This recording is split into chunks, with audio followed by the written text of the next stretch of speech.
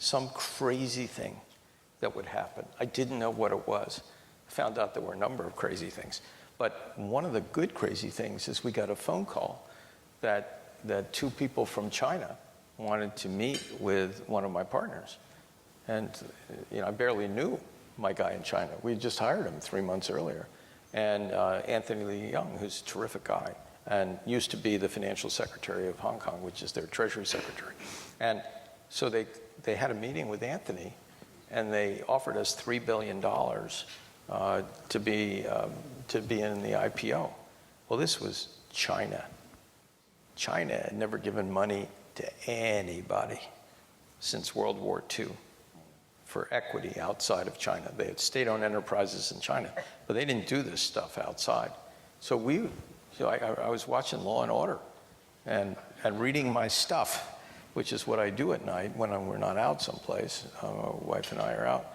And I sort of was only half listening. I said, $3 billion? Okay. So he said, yes, $3 billion. So I said, well, who are these people? He said, they're both unemployed. I said, really? I said, where did they make their money? He said, well, they were government officials. I said, two government officials who are unemployed are giving us $3 billion. I said, how does that work? I said, where did they used to work? He said, well, one of them was the deputy head of the central bank, and the other one was the deputy finance minister. I said, so why did they lose their jobs? He said, well, they're being reassigned. I said, reassigned to what? He said, well, the rumor is they're going to start a sovereign fund in China, and these two people are going to be in charge of it.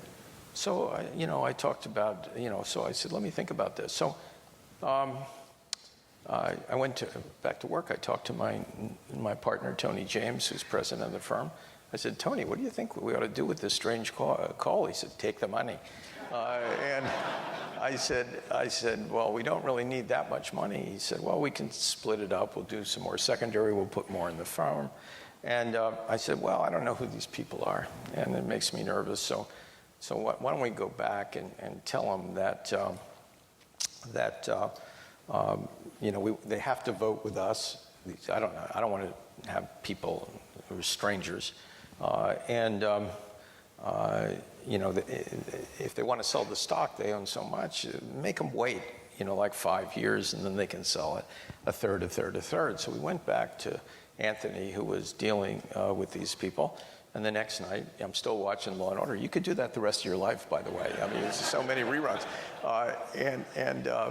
They said they don't want to do 5 years, they want to do 3 years, but they really don't want to vote with us. It's a little cumbersome. Why don't they just not vote? So then I realized I like these people. It's like, good. I like, in Washington, people vote a lot. I don't like that. In our little world, these people not voting it worked out. They came in? Yeah, they came in.